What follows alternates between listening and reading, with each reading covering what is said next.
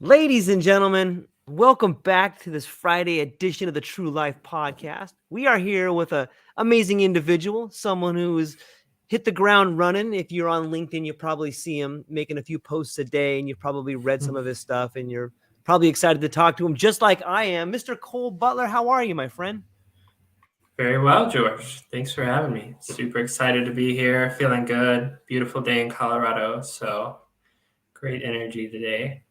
Yeah, it is a beautiful day. And so, for people that may not know you, can you tell them a little bit about yourself? Yeah, sure. I'm pretty involved in the psychedelic space here in Colorado. I'm in Fort Collins, a beautiful area. Let's see. I mostly work at Wholeness Center. So currently, my main job is coordinating the MD008 study, which is an LSD for anxiety clinical trial. Super excited to be a part of that.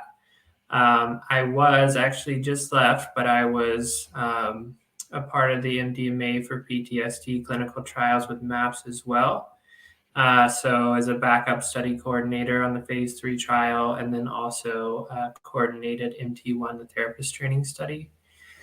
Other than that, it's just like a lot of random little things going on. I do ketamine therapy groups. Technically, I'm in a master's program, but do a little bit of that. Um, yeah, I'm an intern. Let's see, I write grants, try to do research stuff, try to do therapy, like to go outside. Could probably dive into any one of these things, but just trying to give the broad picture of kind of what I have going on right now. So yeah. Yeah, that's a lot. I want to talk about all of them. And let's start off with the LSD and anxiety. Like, how does that, Yeah. before we talk about like some of the results on it, tell us how you got involved in that. Yeah, so Wholeness Center has been a site for the MAPS trials for about 4 or 5 years now. We were one of the first sites.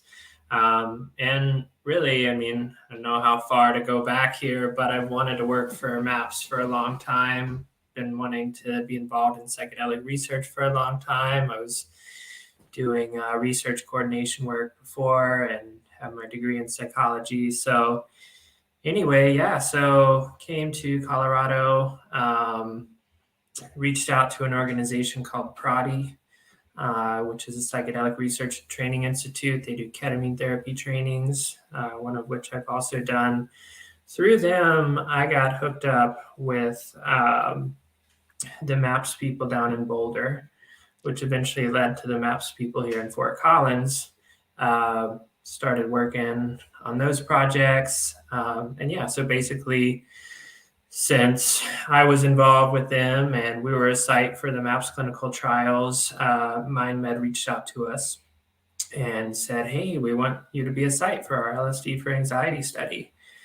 And we were like, that sounds awesome. So I've wanted to work professionally with LSD for a really long time. It's kind of been one of my professional goals. Um, and yeah, pretty much found out that there's 20 different sites, and they wanted us to come on board. We're kind of one of the last ones to come on. So we're very much in the early stages of like setting everything up. We haven't even started enrolling yet, but yeah, so yeah, we had all the right history, all the right things, and they wanted us to be a site. We said yes, and now we're doing it. Congratulations on achieving.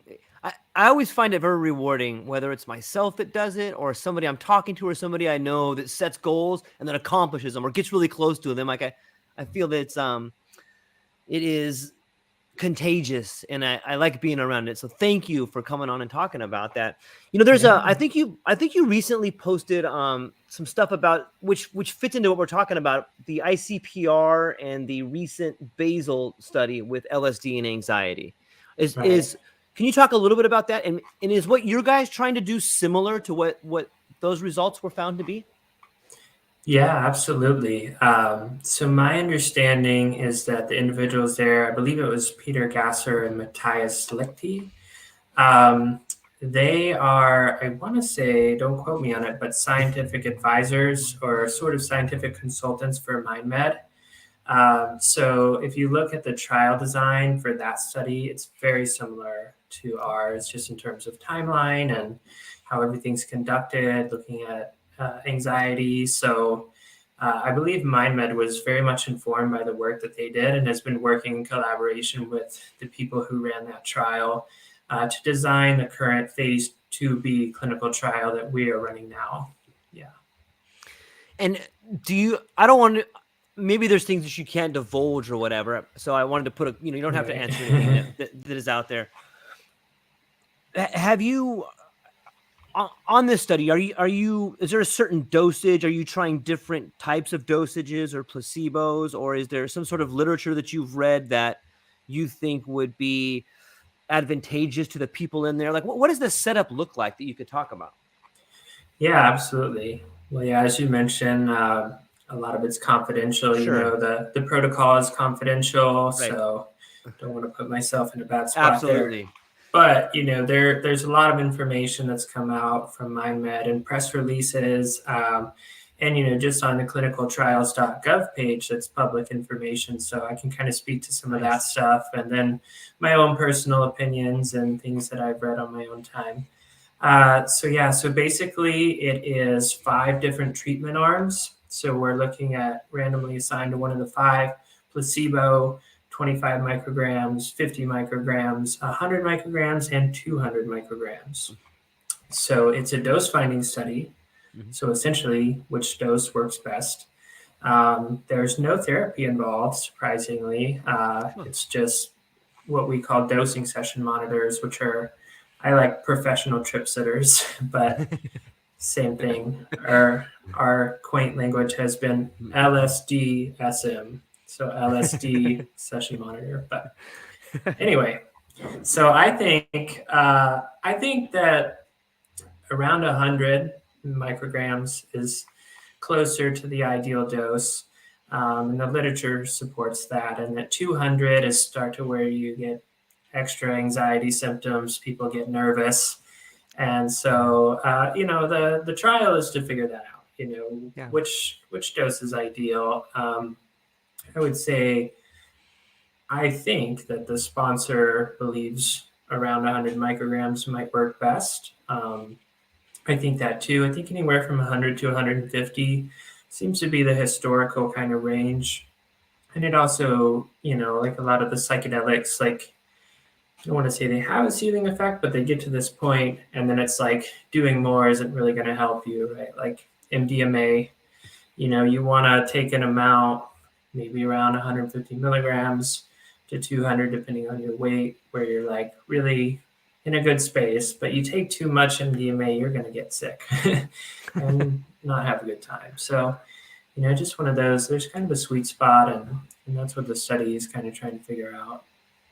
It's such an exciting time to be able to see these types of medicines being used to help people. And I know we should be skeptical of panaceas, but it seems like there's so much good that can come out of it. Is there something that maybe you've seen in the world of LSD that you didn't expect to see as far as helping people? Well, yeah, as you say, a few things there. With being a panacea, I want to address that first. Yeah. It's like, I don't know, we should all be rational, and Absolutely. we should be reasonable human beings. And I think that, we shouldn't just give these to everybody all the time, unregulated. But they're very powerful, and I've seen that with a lot of different psychedelic agents. We decided we work with ketamine as well. So I think, for a lot of different conditions, there's broad sweeping effects. And, the interesting thing is that it's so different from person to person, the experience that they're going to have. So in terms of classifying the experiences, like this thing's going to happen and then you're going to get this result, it's hard to do.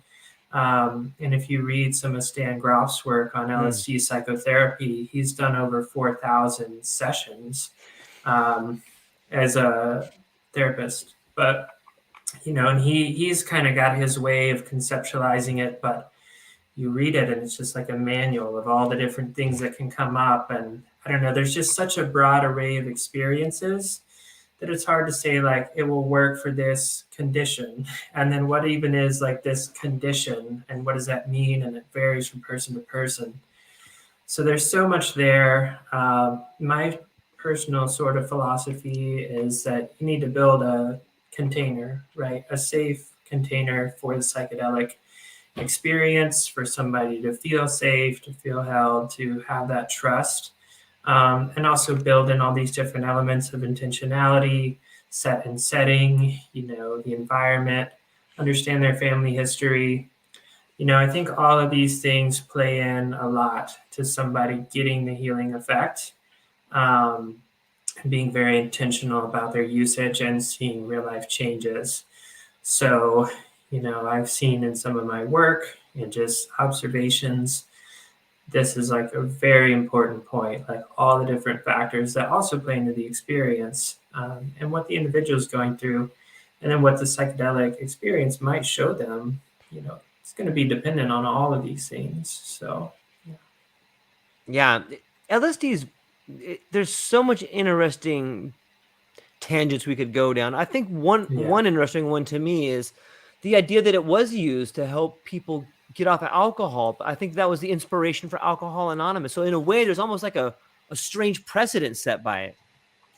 Yeah, absolutely. Yeah, there's so much exciting work that happened, back in the early mid 1900s, and reading about the history is fascinating, from Hoffman to Sandoz Pharmaceuticals to Bill Hicks with AA using it. It's like so much exciting stuff happened, and they were running those studies, and we have that data. It's funny, like if you look at the way science is done now versus how it was done 50 or 60 years ago, it's so different. It's like computers from 50, 60 years ago, what those even looked like. They like barely existed, I would say, probably at that point in time. So I've read a lot of those original 70 studies, and it's like very fascinating, but there's so much like variability in the methods and things like that. There's like not a lot of careful organization and structure. So one of the things, like, it's kind of hilarious, but maybe not in a good way, I don't know, is like in one of the studies, they strap people down to a metal table, like strapped down. Ooh. No music, no therapy, and they give them 800 micrograms of LSD. And it's that's crazy. That's a recipe for disaster, it sounds like. Yeah. So you see the positive results. It's hard to like basically combine them all into like one conclusion because there's so much difference in methodology. But these guys, Johansson and Krebs, they wrote a meta-analysis of all of these studies in 2012 that describe all of this. And so it's really great to reference if you kind of want to dive deeper into some of those effects.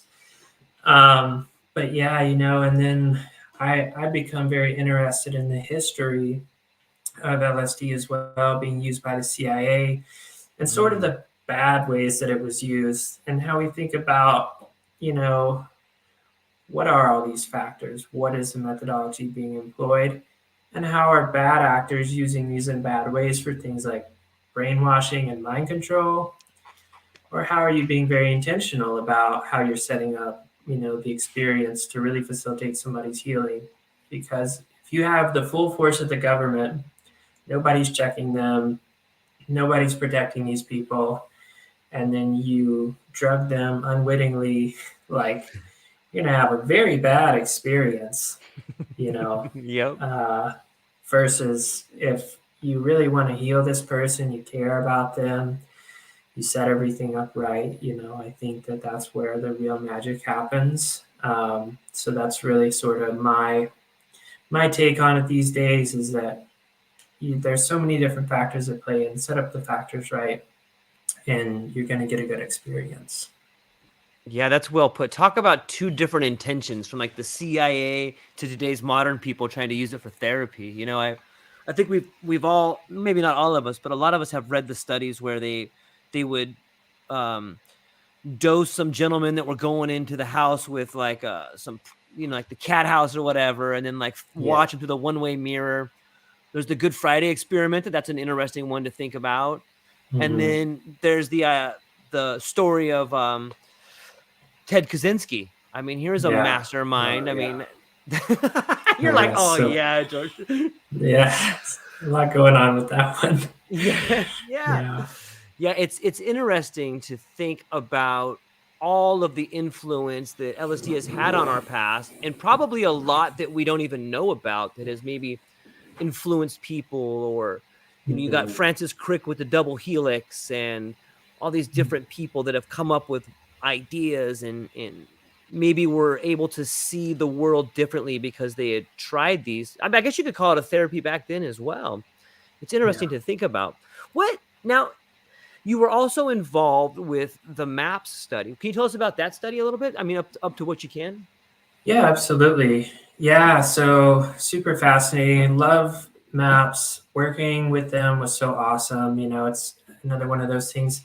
It's delicate. I can't say I worked for them because I actually worked for these sites and they paid the sites. So I worked for the sites, not for the sponsor. It's just important to clarify. But, there's 12 or 13 different sites on the MDMA trials. And so I was originally at Boulder. Like I said, I came to Colorado, got involved with PRATI.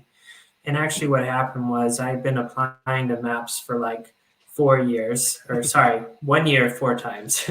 Right. But I had met some of the people that work for MAPS. Evan Sola, he's a psychologist and researcher, really cool guy. I met him in Washington, D.C., and another guy named Jonathan Lubecki, who is a veteran that was healed by the treatment. Very powerful story that guy has. He's awesome. So I met those guys when I was working in Washington, D.C. in the surrounding area, just kind of trying to network and get involved in the space. That was, a few years ago. And also met somebody on the board of directors, actually, Victoria Hale. Got to see her speak as well, and just was super excited, fascinated by the work. So I met them. And then my job wasn't really going well. COVID and everything happened. And so I was just trying to apply, trying to get a job with MAPS, and like nothing was happening. I was dropping these people's names. And then I moved to Colorado, met these people on PRATI. And as soon as I got on this call, it was a research call. These guys, Derek May and Scott Shannon, are on the call. And they're the principal investigators at my current site at Fort Collins at Wholeness Center. And Derek's like, well, I'm a PI at the Boulder site, and we need a study coordinator. And that's exactly what I've been doing, is being a study coordinator. And I'm like, what? I'm like, this is a dream job. So I go on there, I apply. It's like, who referred you? I'm like, Derek May. And so shortly thereafter, I got in contact with somebody and talked to them who was a previous study coordinator. Now she's a clinical trial leader. Amanda Neri is her name. So she's a clinical trial leader for MAPS PBC now. And then I got in contact with Marcela Otalora, who is a pretty big name, I guess, in MAPS. She's a pretty big deal, pretty close. Actually, my understanding is that she was kind of patient zero for MAPS because she was friends with Rick Doblin, and before this was legalized, she went through the treatment with Rick. Actually, I hope I have all these facts correct. And it healed her trauma, and she decided to go to Naropa University down in Boulder and then set up a clinic right down the road. And I had heard her talking about how to become an MDMA therapist on the Tim Ferriss podcast like years ago. So I'm like, this lady's a celebrity. So I get on a Zoom call with her, and I'm like, oh, Marcella, you're awesome. Like, I've heard about you on this podcast. She's like, oh, stop. And anyway, she's a really sweet lady. She owns this clinic with her husband, Bruce, down in Boulder, like I said. And so I came on board there, and they really needed help with this study called the Mt1 Study. I believe now they're moving into MT2. There's a lot of talk, like things aren't really known where that's at, but it's a therapist training study. And the protocol is available online, so I can talk about it. But essentially, it's for people that have gone through the MDMA-assisted therapy training and like therapists, and then they want to do the MDMA themselves, which like, of course, is a great idea. I'm a firm believer in therapists doing the work themselves and really understanding what the medicine's like. So that was the protocol. Basically, they fly down, fill out some questionnaires. We paid for the flight and the Airbnb and overnight attendant, all this stuff. And they would come down, do an intake, they do the MDMA. The next day they do a full day placebo session, which the full day placebo is going away on MT2.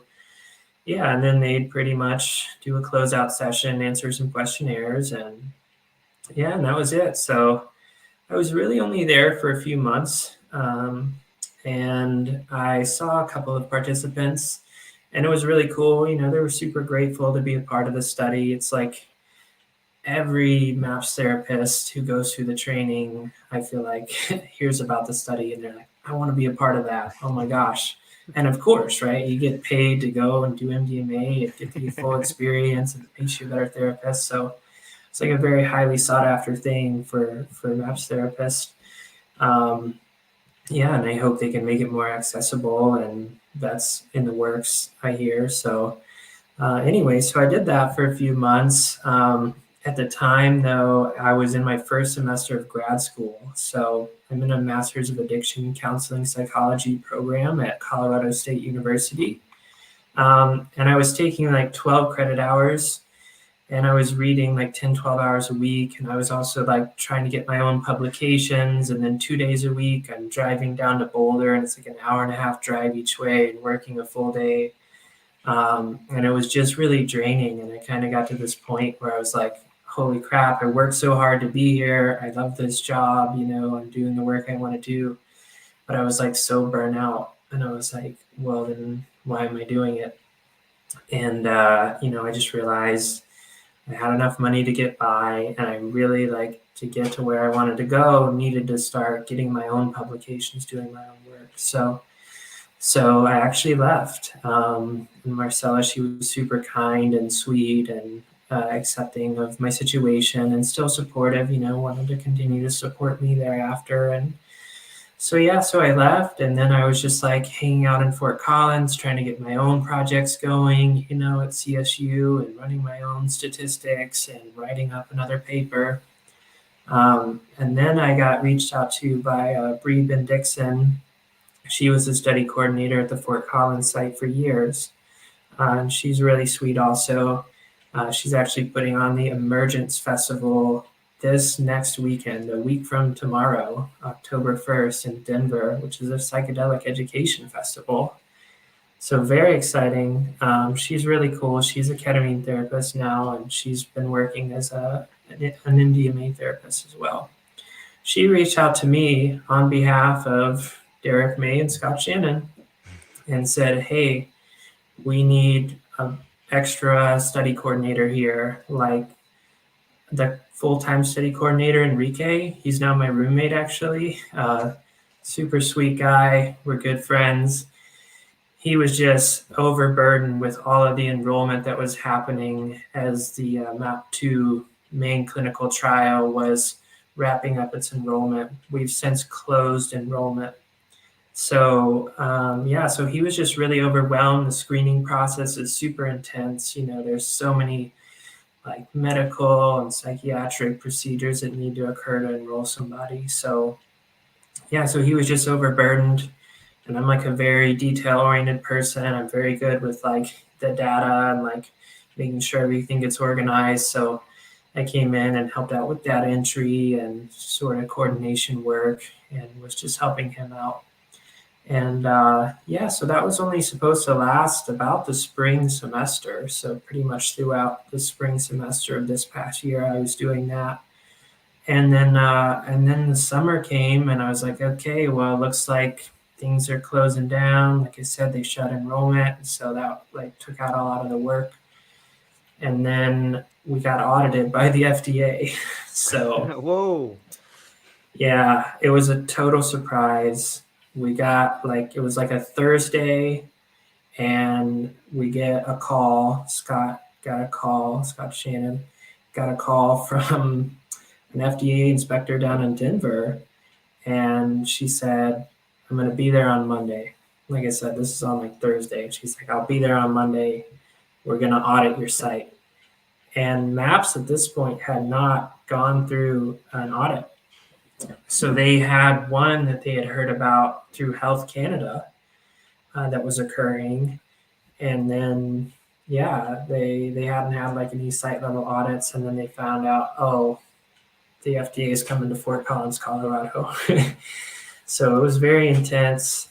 Shortly thereafter, another site, I believe North Carolina, got the notification they were being audited as well. They had a 2-day audit. We had a 5-day audit.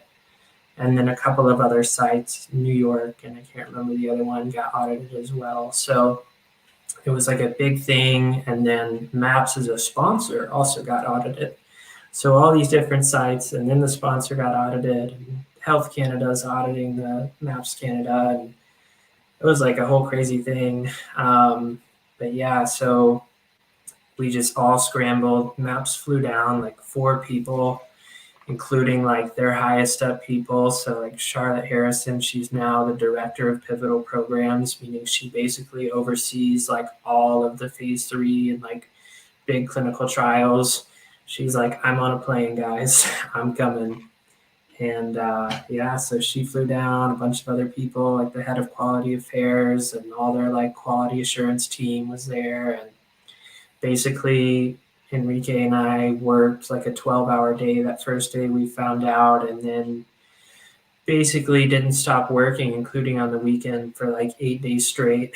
And it was just insanity. I mean, I took a day off and Enrique didn't, but it was just no time to work out, no time to prep food. You're getting fast food delivered, and it's just all hands on deck. So yeah, that happened. It was a super exciting moment. I think a big part of MAPS history.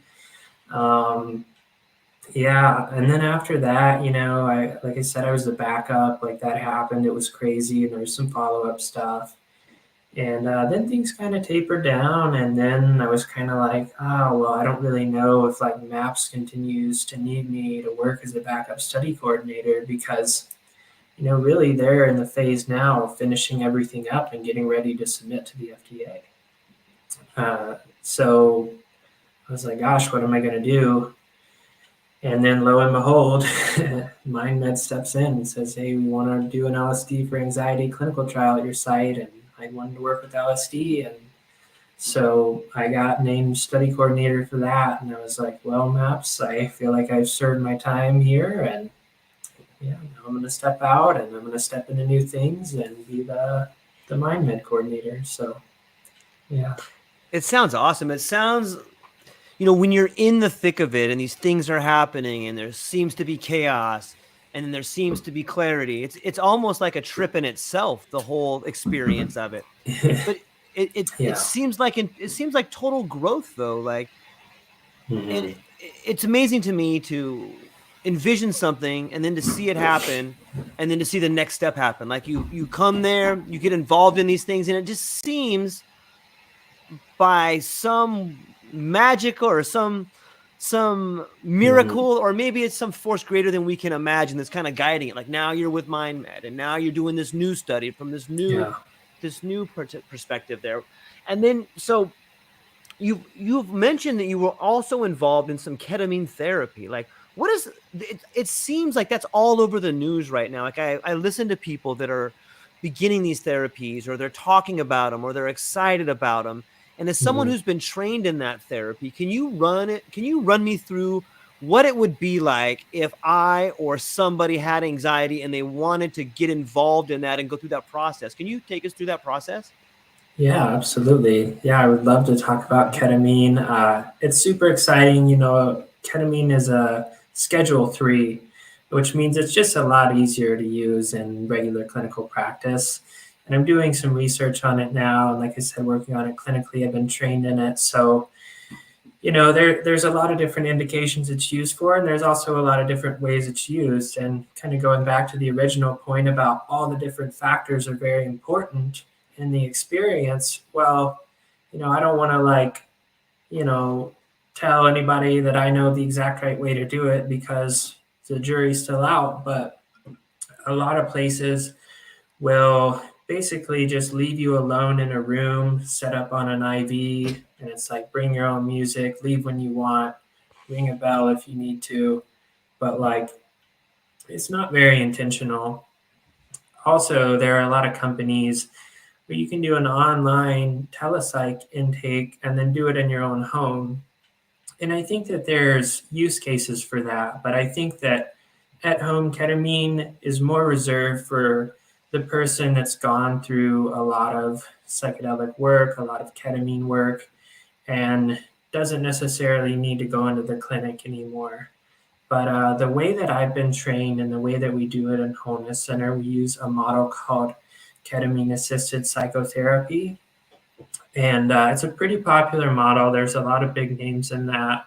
Raquel Bennett's been very much involved with the design of that, I believe, and Phil Wolfson.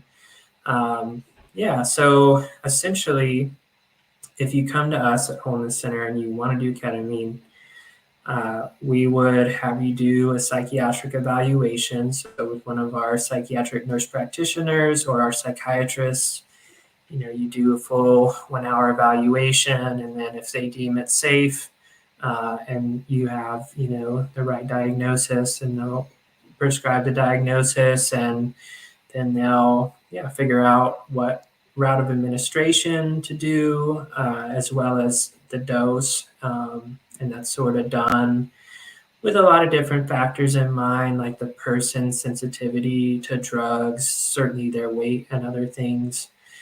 So we do that, and then either the nurse practitioner or the psychiatrist or another therapist ends up working directly with that person. So in the ketamine-assisted psychotherapy model, we sit with a person while they're on ketamine throughout the whole experience, and they might not need any support. They might just be lying there for an hour to an hour and a half, and that's fine. But we've also seen, a lot of people, they want to get up or dance or move around, or they need a person, or they need their hand held, so they'll hang out their hand, and we talk about that beforehand, and they'll hold their hand for a couple minutes, give them that support. They know that they're there. They know that they're safe. They know that somebody's sitting over and watching them and keeping their body safe, because a lot of the times they might leave their body. So we sit there with them through the process. And then, like I said, if they need us, we're there. If not, they just sit there. And then after about an hour to an hour and a half, depending on the route of administration we used, we will sort of arouse them, bring them back into the room, or some therapists just like to let people sort of wake up on their own. This whole time they've got on an eye mask, and they're laying down in a comfortable position. They've got headphones on, and then we have very specifically curated music. There's a lot of good ketamine playlists. You can find them on Spotify from PRATI, and also Roots to Thrive makes really good ketamine playlists. So there's good ketamine playlists available online, and they change depending on the route of administration, because the onset of the ketamine changes depending on the route of administration. The bioavailability is different. It may come on faster or slower. So playlists are kind of designed with that in mind. But anyway, so once they're off the ketamine, or they're not really off the ketamine, they're just not completely dissociated. They can kind of come back into the room and look around and talk. But in my experience doing it, I'm still sort of sedated and whoa, what's going on? So they come back into the room, and then depending on the therapist, there might be another half hour to hour and a half of just sort of unstructured time to process and just kind of talk and see what came up for you. Did you see any colors? What was the music like? And then we do some psychotherapy around that and kind of talk through what happened. And then it changes after that from therapist to therapist. And like I said, there's a lot of just different ways to do it in general. But in the ketamine-assisted psychotherapy model, we call it CAP, KAP. We have a follow-up integration session. So a lot of people, like therapists, they'll have the psychiatric eval, and then the therapist might have 3 or 4 sessions of like getting to know them and building rapport. And they'll do one of these ketamine sessions, and then they'll have an integration session, and then you just kind of repeat that. The usual numbers around 6 medicine sessions, and then potentially continual follow-up integrations, but it varies depending on what a person needs. So they go through that whole process, and then usually after about 6, most people got what they needed, and then they can terminate, or they can move on to individual counseling, or just kind of continue to work through integration. But yeah, so that's sort of the broad picture of how it works. It's interesting to me, and this question is more of a subjective question, but Sure. I'm curious to get your thoughts on. Okay. So like, let's say, I guess I'm trying to figure out how to quantify the results. Like, if somebody comes in for, Right. A trauma, say an abuse of some kind, and then they, and this is the subjective part about it. Maybe one person does Gestalt therapy and they do it for 10 years or 6 years or 4 years, and someone chooses a different kind of therapy. Is there a way to maybe see how the results of ketamine stack up against these other therapies, or is that just kind of like a subjective mumbo jumbo area that I'm talking about?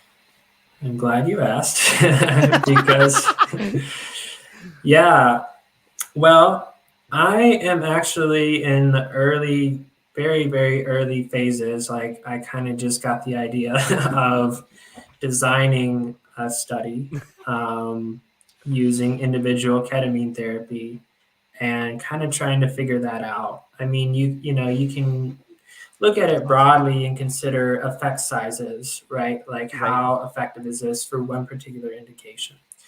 And like, we've been running ketamine-assisted therapy groups for frontline healthcare workers and first responders.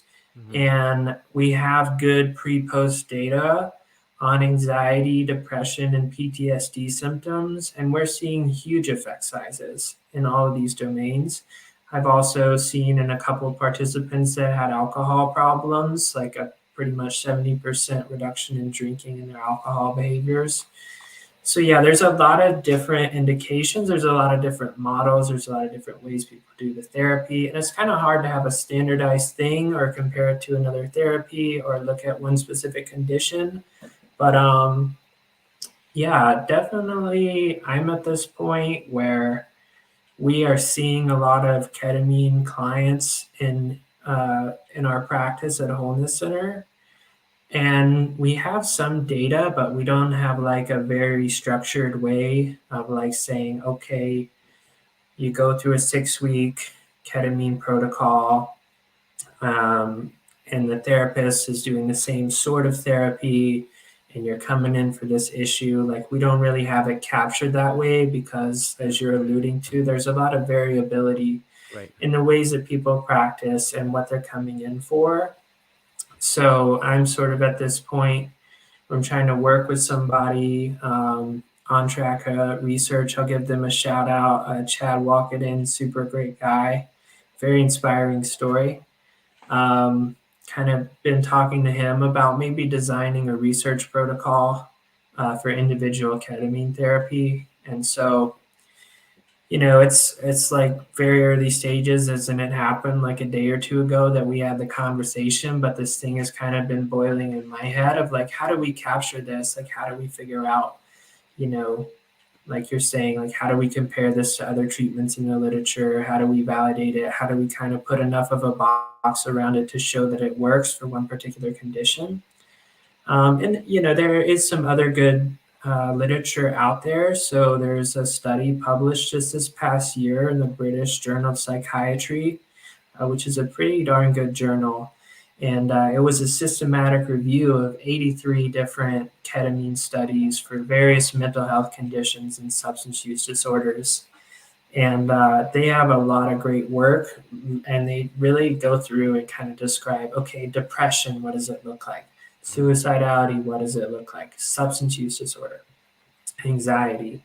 And they walk through all these things, and they reference some of the studies, and they synthesize the results. But, there's definitely a lot of room for more studies. So there's like a good groundwork, but we're trying to look at, okay, well, what indication do we want to look at, and how do we maybe want to design this thing?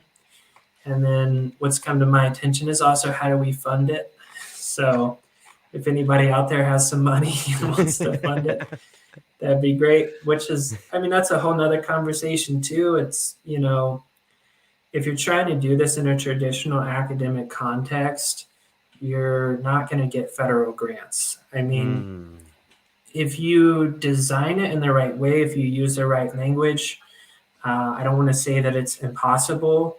Matt Johnson got a grant from the National Institute on Drug Abuse. I believe it was for nicotine addiction, but it's been a while since I read about it. But it's just very hard to get a federal grant to study psychedelics, and that's how a lot of mainstream academia functions. But if you look at the funding model for these other academic companies, they take a different approach. So MAPS, for example, has just been an absolute pioneer in private fundraising. And it's just been astounding to see, what Rick Doblin can do with fundraising and just getting interested people on board. MindMed is a for-profit company, so they have shareholders, and they want to get out data, and that's a different model of doing the work. But I think that more of this work needs to be done, where there needs to be systematic studies that are conducted, that are well designed to validate the ketamine treatments to a broader world, to standardize the way that it's done, and to show its effectiveness within like somewhat of a container. So hopefully I can do that. I still need to pitch it to my employers, and see what they think, and see if we can get this going. And so, a lot of exciting stuff happening there. Yeah, that is super exciting. And, I think that what you spoke about is something that the common person like me, or someone that's just kind of watching from the outside, doesn't understand, is how expensive it is to begin a study, or to pitch a study, or to keep a study going, or to get to the next level. Like that's a whole nother gear in there. And then you can understand how the people that put forth the money may have some other ideas of what should be in the study. And then you have the study coordinator. It's interesting to think about. Another interesting study I was thinking about the other day, I was super fortunate, man. I got to talk to Rick Strassman yesterday. That guy's just what an amazing individual. A pioneer in it's one of those conversations where you just go, man, I'm talking to a guy who's just, I hope I don't sound too silly, because he's a million times smarter than me. But anyways, long story longer, he had mentioned, I had asked him a question like, do you think therapists that have actually tried and been through psychedelic experiences, have had ketamine experiences, or psilocybin or LSD experiences, do you think that their level of applying the medicine and therapy to individuals is more effective than those who have never gone through that therapy? And he had said he's not aware of any studies that have ever happened like that, but it seems almost obvious to him that it would be that way. And it just, I think you alluded to this earlier. You're a big fan of someone having the experience so they can thoroughly understand what the person's going through. Can you expand on that a little bit more? Like, I really agree with you. I think it's an important part, but I'd like to hear a little bit more if you can talk about that. Yeah, I would love to. And Rick Strassman, big fan. I've been reading DMT, The Spirit Molecule, and he gave a talk recently to a student organization at Naropa, and I got to kind of pick his brain a little bit, and super cool. He's got this chapter called Labyrinth, and it's basically just all the different people he had to talk to, all the different agencies, all the different approvals he had to get. And gosh, it's just such a freaking process, and it's such a testament to like how difficult it is to like navigate through all the regulatory pathways to do this work. But he really laid the groundwork. And I don't agree with everything he has to say a lot of the time as far as how this all works and the language we're using, but I'll put that to the side for now. But yeah, no, as far as having the actual experience, I mean, I think the thing is that we don't really understand the psychedelic experience. And like I said, it could vary so much from person to person. And I've been fortunate to have several of my own and try several different medicines, you know, and I'm at a point where I'm willing to like talk about that publicly. I just decided that for myself, but you know, it's just like, it's so hard to read about it, and we form these conceptions based on the world we live in, the paradigm we exist in, and just our level of knowledge. And we read all these fascinating, cool stories about different things that are happening, and we project our normal, like, waking consciousness onto what we think is going to occur.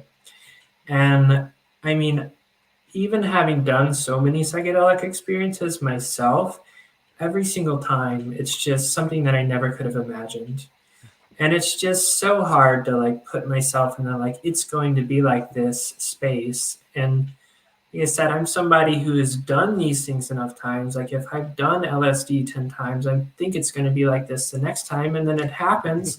It's totally different, you know? So it's just like, it's hard to put any of these medicines in a box because they're so subjective, you know. And a lot of the early work in psychology and psychiatry was employing a totally different framework. Like if you look at Jungian psychodynamic work, like it just functions differently. Like the way that he talks about dreams is that if you want to unpack a person's dream, you have to consider all the factors of that person's individual life.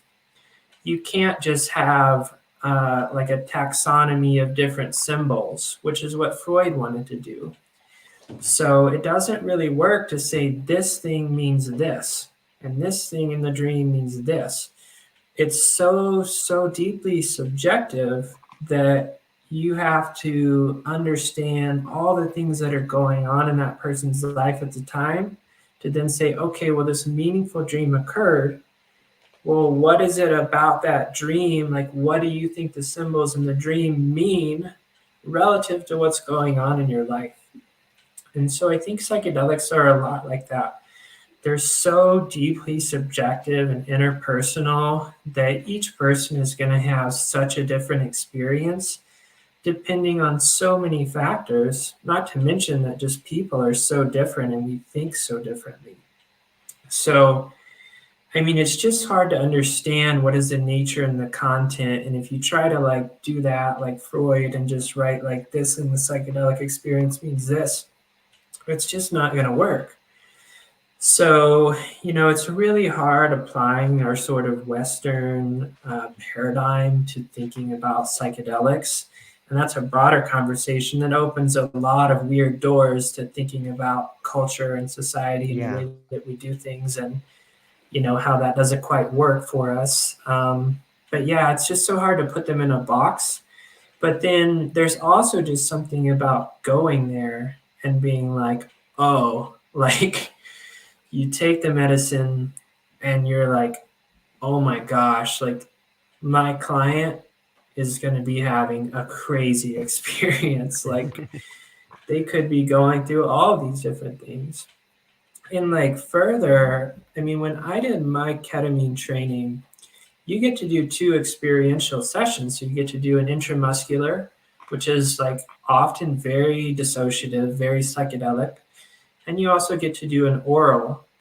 And the oral session, the way that I was trained on it, can sometimes be psycholytic. So it's more like maybe you could get up and talk if you wanted to, or maybe you don't completely dissociate, but you're experiencing some things.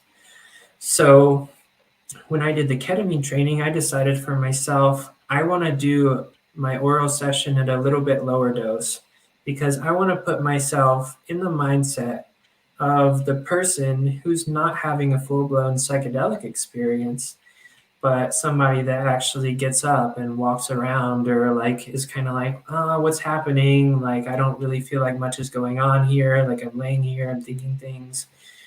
But yeah, so I did a 200, I believe it was 200 milligram oral dose. And then after like 30 minutes, I got up and went to the bathroom. And after 45, which normally is like, the peak of the experience, I like told my sitter, Jorge, I said, hey man, like I want to get up and I want to sit outside and talk. And so we just got up and we talked. But like my IM session, I was blasted. I mean, just out there to space. It was just an experience that was unfolding in front of me, and I was like deep in my like little pad that I had set up, and it was just like deeply immersive, deeply psychedelic. And it was like there's no way I would have been able to get up. And so, people can have such a range of different experiences on different medicines and on different doses. And just the only way that you can even try to understand what they might be going through is to have the medicine yourself. And, I wouldn't suggest anybody go and do underground experiences. And I don't want to like put off that, I don't want to sound like that's what I'm suggesting. I'm not saying that that's the way to do it, but I am saying that like having the experiences is very helpful also to show the client, or to be with the client, just to be present and to maybe sort of start to understand what it is that they might be going through.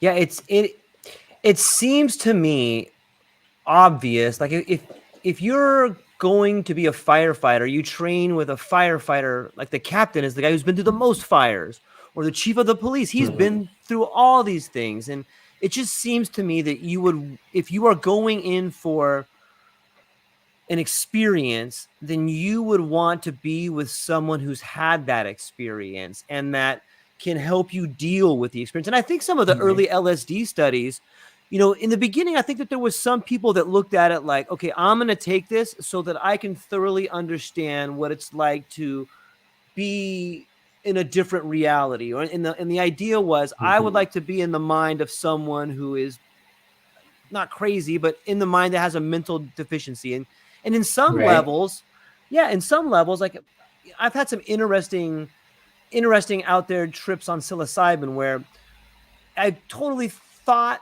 the world around me was completely different than the one I was in, and it was like just night and day. And then when I kind of came back to it, I was like, wow, this must be how some people feel, that we're totally disassociated with the world. And then all of a sudden there was an empathy there. Like, oh, I get it. Like I get how you could really believe this thing that's not happening is happening. And it can create a bridge there for two people to talk about. And it's so therapeutic to have somebody in the room with you that not only understands, but believes in you. Does that kind of make sense? Yeah, absolutely. I actually wrote a poem. I write nice. poetry. Beautiful. Among the other things I do. Sort of to capture this and to ease anxiety around our participants in our ketamine groups. And I had the realization, I was down in Marble Falls, Texas, kind of random, but I went on a cave tour. Oh, nice. And you have, on a guided cave tour, you have a guide, right? And this is a person that's into caves. They like caves enough, they want to work with caves. They've decided to make their life and their work like caves. And to me, caves are like the earth's kind of subconscious. You're navigating the subconscious of the earth. So I was walking through this cave with it was just, I was by myself, and there was like a family with like two little kids and like a daughter and probably a grandma and our cave guide. And I was like, okay, we're a small little group. We don't know this cave, but we're all exploring it. And the cave guide is just here to walk us through this journey and to keep us safe, to say, hey, keep your head low here. And like if somebody freaks out, they can. They're holding the light. But like we're all there having our own experience of like exploring the cave. Right. And I just realized this is just like our psychedelic groups. Like we are like this cave guide. We're psychedelics Yeah. people. We dedicate our time to understanding these things. Not everybody does. I mean, a lot of people don't. And they're not going to know. They're not going to know all the nuances, what's safe, what's not, how to do this. So they rely on us to be their guide.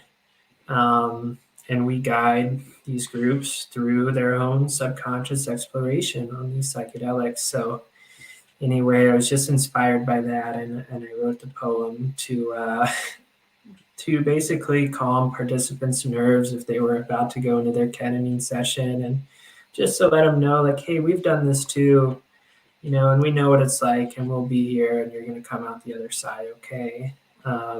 So I shared that online in the Big Tent Ketamine group, and my partner has used it in her individual ketamine sessions, and we used it in one of our groups. And yeah, people have definitely given good feedback, and it kind of eases them just to know, we've gone through this experience too, and we know the medicine, and we can kind of, be there for you throughout this.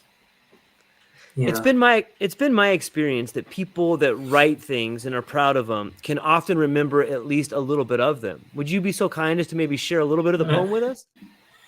Yeah, I can read it for you right now. Yeah, actually, if you absolutely. want. I would love that, man. Thank you. I was wondering if you would ask. Let me see. Yeah, of course. Okay. All right, I found it. Nice. Okay, yeah, and it's relatively short. Okay, it's called I'll Be Your Guide.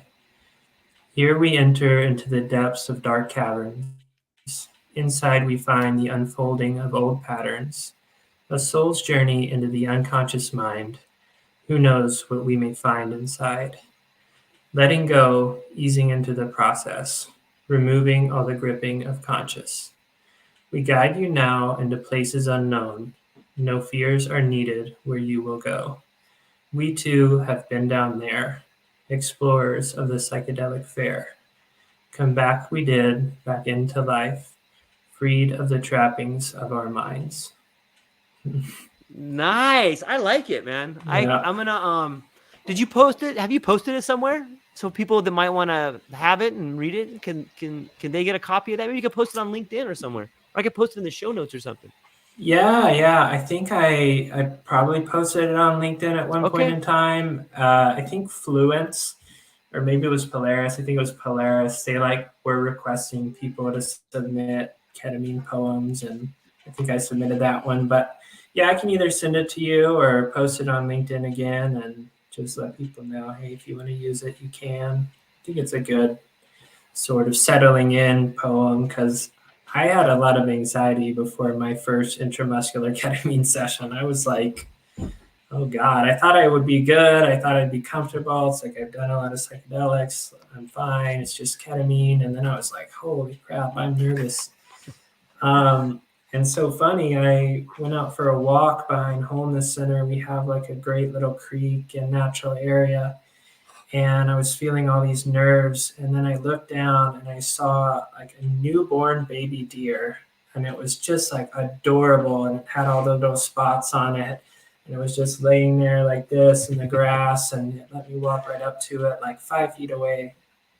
And I took a picture, and it was just so amazing, and it just calmed me down and sort of centered me in. But I was like, gosh, I think our participants need something a little grounding and reassuring, to make them feel comfortable as they go into the experience. So yeah, so that was kind of the inspiration, along with the cave thing. It's this all makes sense. Yeah, it's almost, that brings me to another point. That's beautiful, and I often think that nature is a language that we try and decipher without using words. There's the same way that something beautiful comes in our life and we can't really describe it. Language fails. Not only does language fail there, but it seems like language fails at high dose psychedelic trips. There's just no words. You could describe it, but you can't really explain it. You could say stuff like, there's no colors or there's no words, but you can't. It's very difficult to thoroughly explain something like that. And I often wonder if that is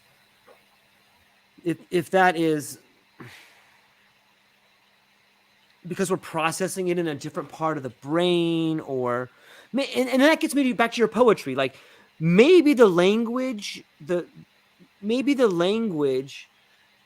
for explaining things that are beautiful should be written in poetry. Maybe poetry is a true form of communication, because when you think about poetry, you think of like sometimes you're getting goosebumps or someone getting flush in their face, but you can see the reaction in the body with the words that you use. And I think that those things are tied.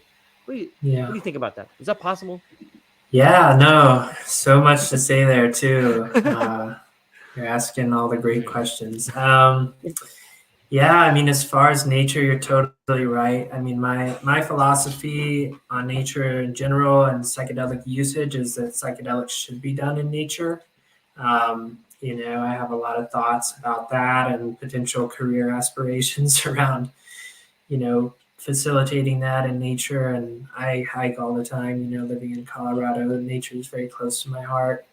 And there is just like a subtlety and an art and a beauty to all of what nature provides, and that's how we live for so long. Like I'm reading a book right now called Black Elk Speaks. Oh, great book. And, oh man, so I don't want to diverge too far from the point here, but the psychiatrist I work with, she does a lot of the work on the LSD study with me as well. Kylie House, she's really sweet, and her uncle is Wesley Black Elk, one of the grandchildren of Black Elk.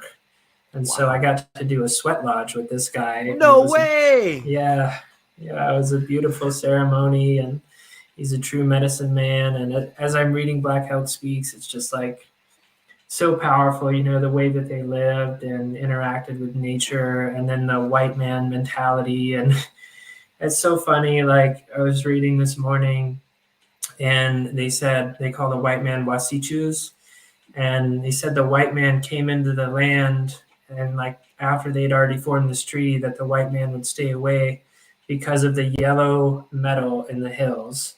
And I'm like, wait, yellow metal? They mean gold. So to them, they were like, we have this yellow metal and it's useless. And then to the white man, it's like, oh, it's gold. So we're going to come in and kill everybody and take the gold. But to the Native Americans, it's like, oh, well, whatever. It's just some useless yellow metal. So just very interesting, the way that they lived and interacted in nature in this sort of raw way. And yeah, as far as poetry goes, I find that it captures something so much deeper and powerful. Like I wrote a really awesome poem after that intramuscular session where I saw the deer. And it just captured all these, I think, subtle elements. And the way I write poetry, a lot of the times, I just sort of space out, I guess, and just write whatever comes to me. I kind of let it flow. And it's often got this, just natural emergent quality. And the way that the words come together makes it so that it's deeper than just if I'm just like writing something down in general, it's capturing something deeper. And I sort of sometimes it's like, I don't know, people are trying to be so deep with poetry and that's when it's not good. But so I don't know, I think just like stepping away and just letting it unfold is like you just kind of let this thing emerge and you try to use the words that you have to capture the essence of like whatever it is. But sometimes it's just beyond what we can communicate.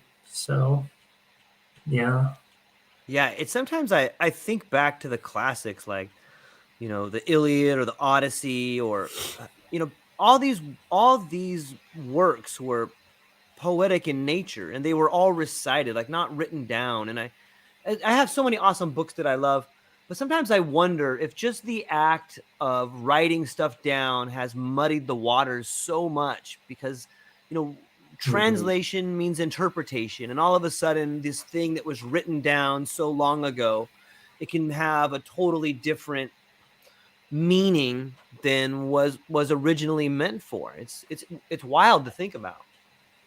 Yeah, right. You mean like as it's passed down through language, it sort of has its own life, and as we try to write it down and translate, like the essence of it kind of gets lost.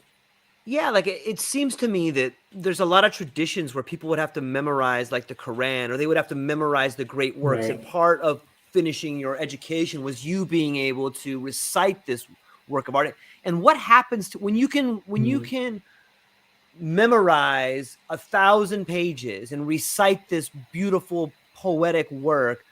What else is going on in your brain? Like, what else have you developed inside your mind when you've developed the ability to do that? Haven't you also developed some sort of ability to see the world differently? When you can do that, there's probably other Right. things that go along with that. And it seems to me that writing stuff down has caused sort of an atrophy. And the reason I bring it up is I think that psychedelics taps back into that. It taps back into Mm. this world that we've gotten away from. Yeah. Well, I think as we like knowing something at an expert level, like I've seen this with Brazilian Jiu Jitsu and I've seen Mm. it with yoga. It's like you can do it at like a very amateur level, or somebody can tell you what to do and you can kind of do it and you're not going to do it great. But Right. the level of knowledge that it takes, like a Brazilian Jiu Jitsu black belt, it's minimum 10 years. Or like a very advanced yoga teacher, like they embody so much of the knowledge that they know how to do it at this sort of crystalline level. And they know all the little nuances of every little thing. And they can explain that and tell it in full detail. But as I'm sure you're aware, you just like sometimes like knowing how to do something and knowing how to explain it in detail is totally different. So I think that you reach a depth of knowledge with the memorization where you have to understand like what it means, not just the words, but really what does it mean? Like, because maybe when you retell the story, if it's memorized, it's not just like you're not just reciting the words, you're understanding the deep meaning of these things to be able to retell it. And the words are going to change a little bit, but that's not what matters as much as the meaning behind what you're trying to say.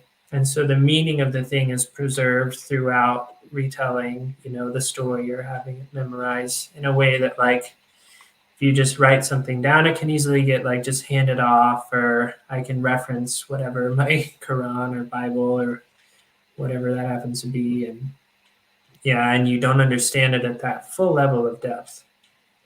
See, that takes us back to the full circle, back to the individual therapist who has experience in what it is they're teaching, whether it's Mhm. the feeling of ketamine or the feeling of psilocybin. And on that note, if we look at psychedelic therapy as a discipline, do you see ketamine therapy being wholly different from psilocybin therapy? Well, I think, and this is one of the things that I've sort of learned from my mentor and boss, Scott Shannon. Awesome guy. He's the CEO of the Board of Psychedelic and Medicines and Therapies. And he's trying to establish this gold standard board certification model for how we can get insurance to reimburse these things, and also how we keep the training like at a level of quality and that we're really doing it the right way.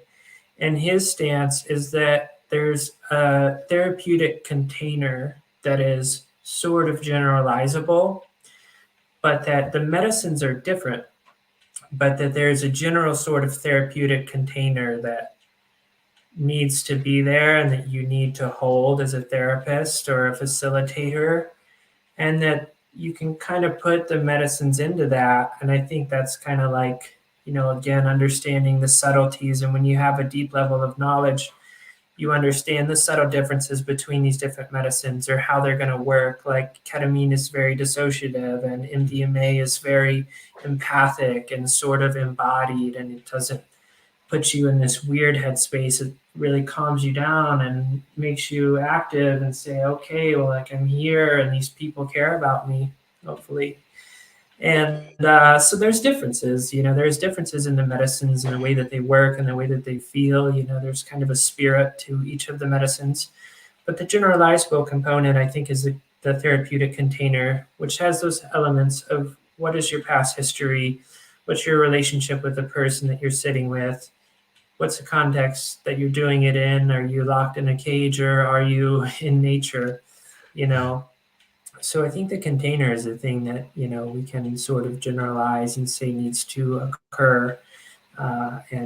But the medicines differ, but most of them can be put in the general psychedelic container as a start.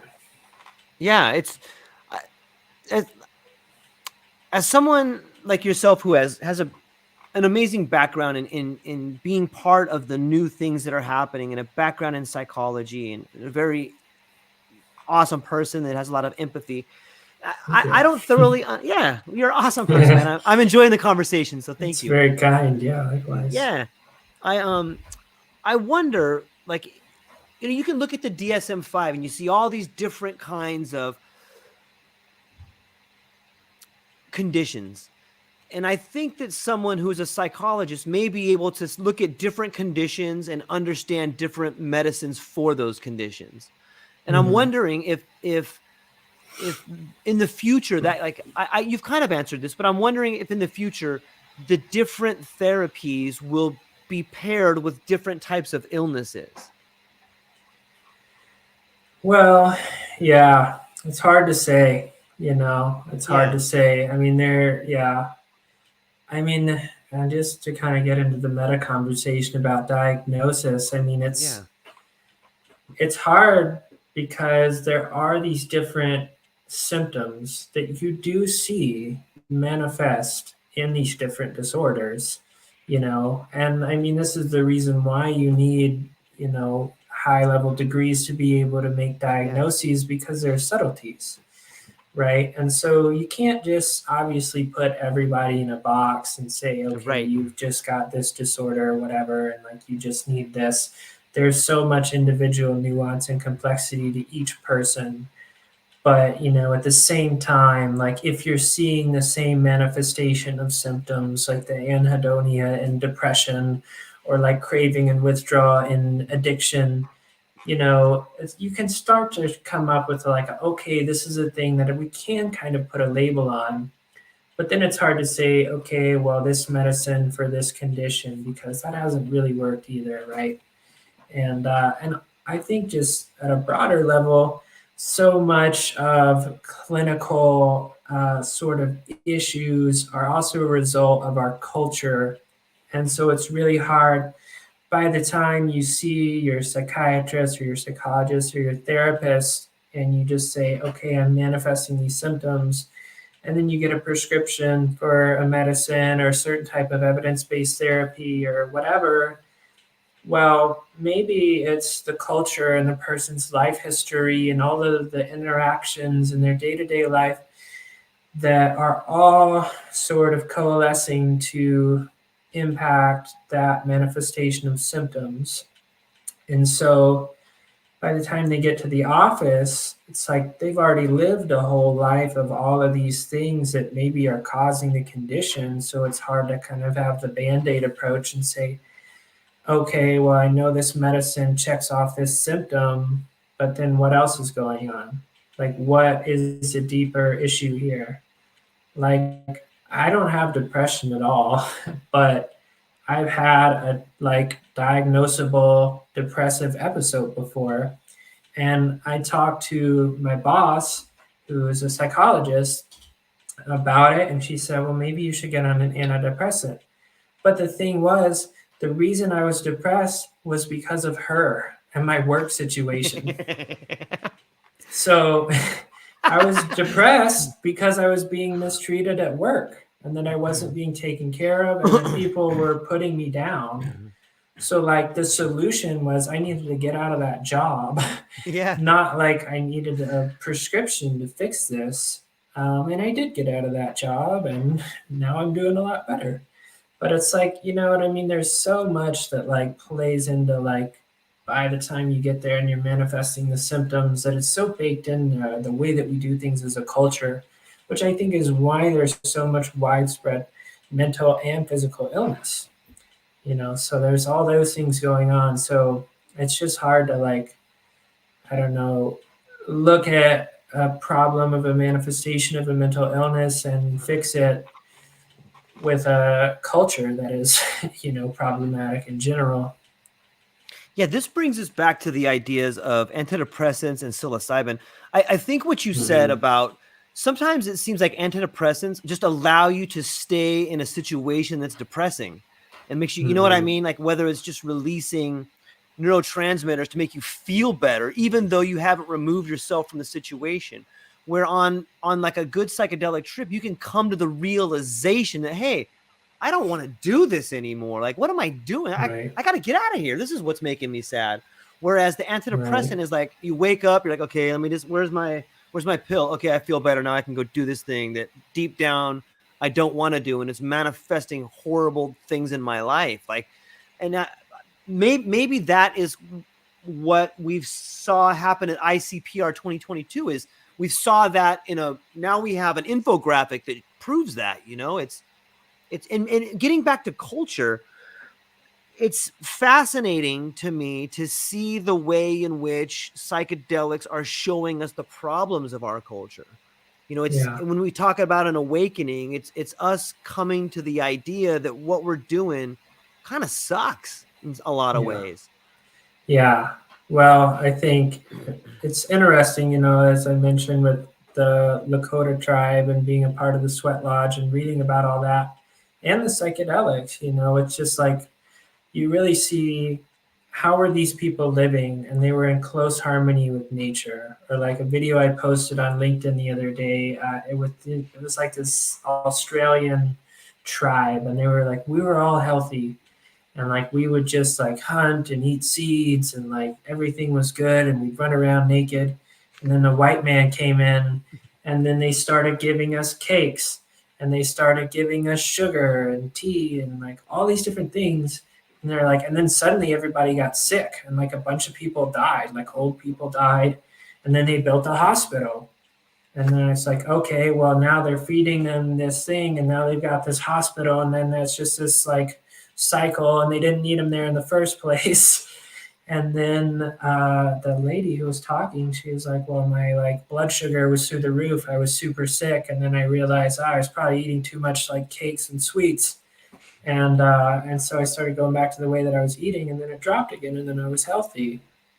But yeah, and in the Native American culture, it's just like, well, they were all doing fine. They didn't want to fight. They were living in harmony with nature. And then there's these Wasichus that moved in, and there's gold, and they want to take everything. They want to take the land. They want to take the money, and even in my own family's history, like 6 generations up the line, my family was a part of the signing of the Treaty of New Dakota, which was to forcibly remove the Cherokee people down the Trail of Tears to present day Tahlequah, Oklahoma.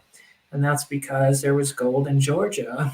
And so a small subset of these uh, people that were acting on behalf of the Cherokee tribe signed this treaty saying, okay, well, the people that didn't want to go down the Trail of Tears, now you can force us to go. And then I had family members that were murdered by Cherokees under blood law because they said, oh, well, that's not cool. You acted against the behalf of the majority. Now we're allowed to kill you.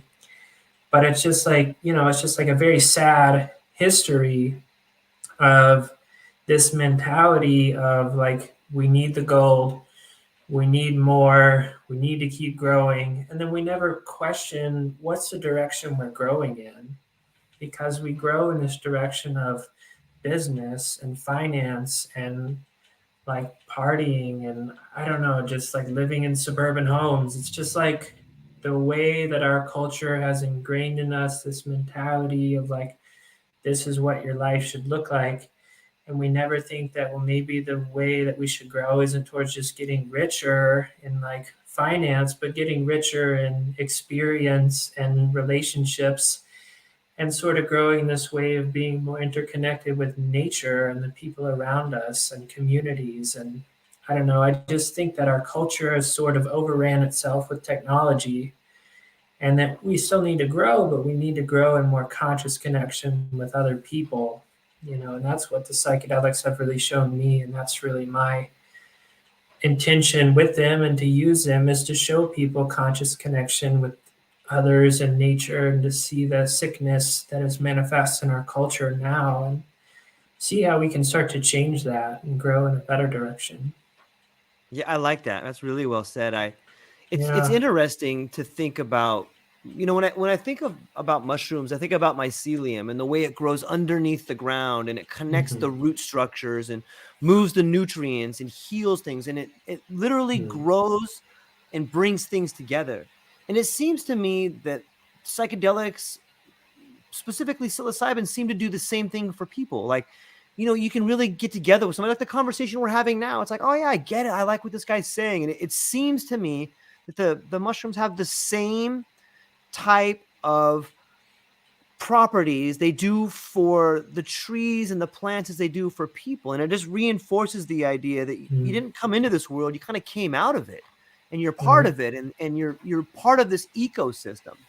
And that brings me to the idea of, I'm not sure if this was in Black Elk Speaks or I read it somewhere else, but there was a passage I read, and it was this in American Indian, and he had said something to the effect of, when the white man came to us and said he wanted to buy the land, we laughed at him because we said no one can buy the land. The land belongs Right. to everybody.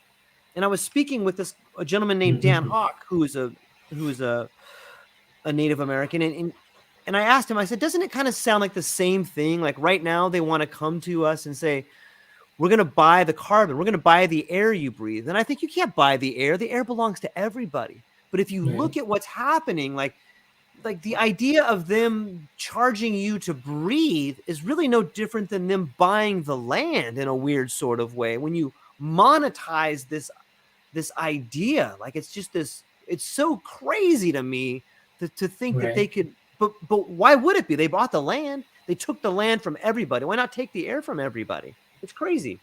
Yeah. Everything becomes monetized, and Yes.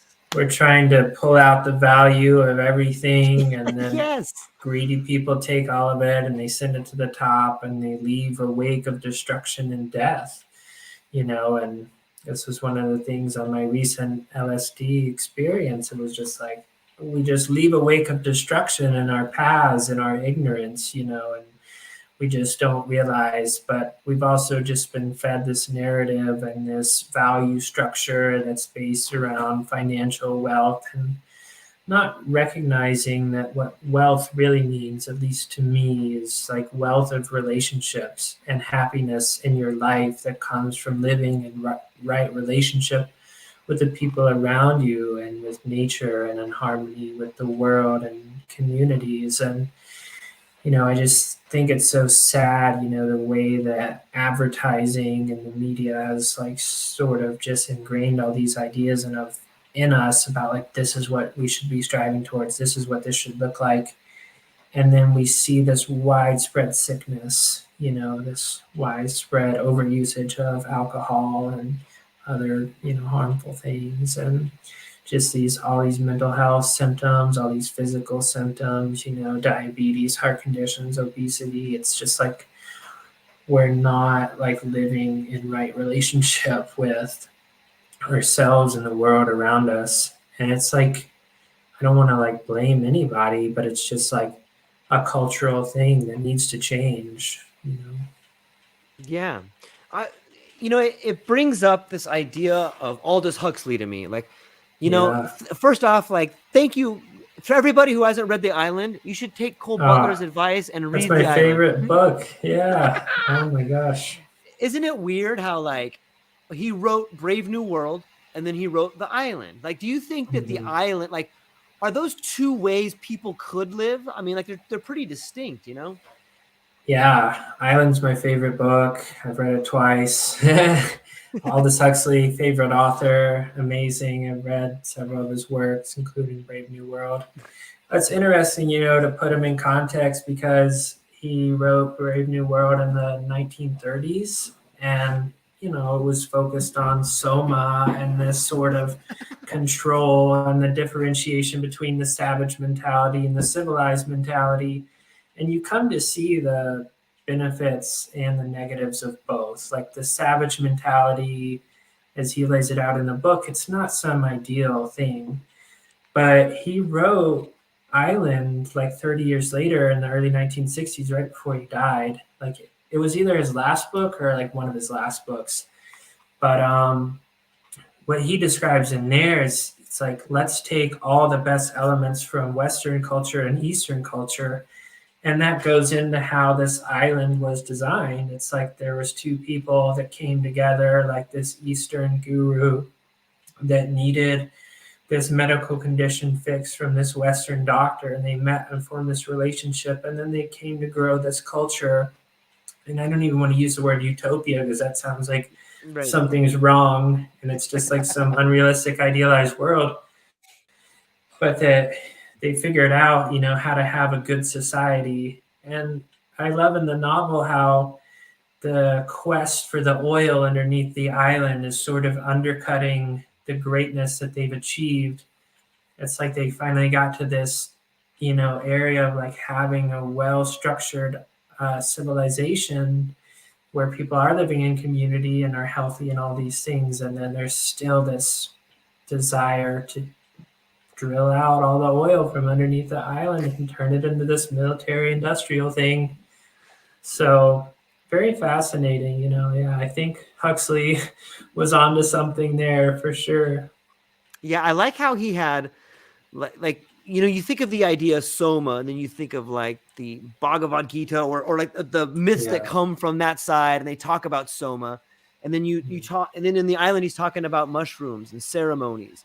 And then even in Brave New World, the guys at the end, the people that have dangerous ideas, they end up going to an island. You know, I wish he was alive. I would love to see, I see so many, I see so many strands that kind of connect everything together there. And Cole Butler, I'm having an absolute blast. Are you doing okay on time, or you got some stuff coming up? Yeah, my partner's coming over at some point. I've got a call in an hour. Okay. And then later I'm going to Red Rocks to see Big Gigantic. One of the benefits of living here in Colorado is having Red Rocks Amphitheater an hour and a half away. So just gonna get ready and leave, pick up a friend, and we're gonna go see that later. But yeah, I should probably wrap it up and take care of a few other things around here. But yeah, this was really, really fun, and I really appreciate you taking time to do it. And I'm hopeful we can do it again. But before we go, what do you have coming up? Where can people find you, and what are you excited about? Absolutely. What do I have coming up? For the LSD study, if you're in Colorado, you have anxiety, please feel free to reach out.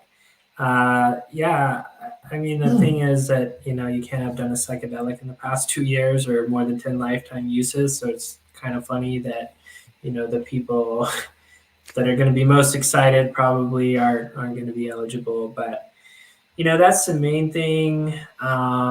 In the sort of early talks about our retreat center, hopefully that can come about. I want to give a shout out to Proposition 122, the Natural Medicine Health Act in Colorado. If you're a Colorado resident, Colorado voter, please vote on the upcoming ballot for November. That would allow safe, regulated access to psilocybin, and also to grow it in your own home, to do it in your own home, to give it freely to consenting adults. If you're an adult, you can do it. And eventually DMT, ibogaine, and mescaline, if everything goes well with psilocybin. So, you know, I won't say too much more on that because it's only sort of a dream right now, but I'd say the pieces are coming together, hopefully, for a retreat center to happen. We'll see. That's kind of dependent on the Natural Medicines Health Act, polling at 60% right now. Those are kind of some of the forward-looking things. Hopefully we can get a ketamine research study going. Applied to a grant to get ketamine-assisted therapy groups funded, looking for some private funding for that, feeling promising. I submitted that grant like Monday, I think. So hopefully we can get all that going. People can find me on LinkedIn. I would like to sort of spread my platforms. I jumped off of a lot of the traditional social media and thinking about maybe doing a YouTube channel, maybe a podcast. I don't know yet. I got to see where my time's at. I'd like to post more. I found LinkedIn is a really good platform for some of the ideas that I have, and connecting with people like here, like this happened. So that's been really powerful. So right now, just find me on LinkedIn, Cole Butler. Otherwise, yeah, what am I excited about? Just life. Yeah, life's been really awesome. I've been very blessed. I've been really well taken care of and received by this psychedelic community. Yeah, a lot of exciting projects in the works. Hopefully, we can give people psychedelics legally and safely in nature and change the world a little bit. Yeah. Man, that's really awesome. And I want to say thank you for all the hard work you're doing. And I'm glad people like you are out there on the forefront, pioneering new things. And I really hope that people reach out to you and can become inspired by you, or hopefully maybe they can help you in some ways. And that's my hope. So yeah, it's been cool. People reach out to me on LinkedIn. Sometimes I feel like I don't know anything. I'm still pretty young and pretty new to the space, but people reach out and ask for advice, and then they'll wonder about regulations or things, and I'll be like, oh, I actually do know this. So there have been a lot of like informal sort of conversations, been able to help some people out. And at first I was kind of like, this is a lot of time, and my time is sort of precious right now. So it's hard to like dedicate that to people, but it's also very rewarding, like knowing that I can help somebody out and not ask for money or anything like that. I don't want money. So yeah, it's super exciting. Thank you so much, George, for having me on. I'm honored that you would even think of me or find me worthy of talking to. And it's been a super interesting conversation, and I can tell that we have a lot of similar interests. And so, I just appreciate the opportunity. yeah, pleasure's all mine, my friend. And so hang on one sec. I'm going to end the broadcast, but I wanted to talk to you for one more moment. Okay. Aloha, ladies and gentlemen. Thank you so much for spending time with me and Cole. Thank you. Okay.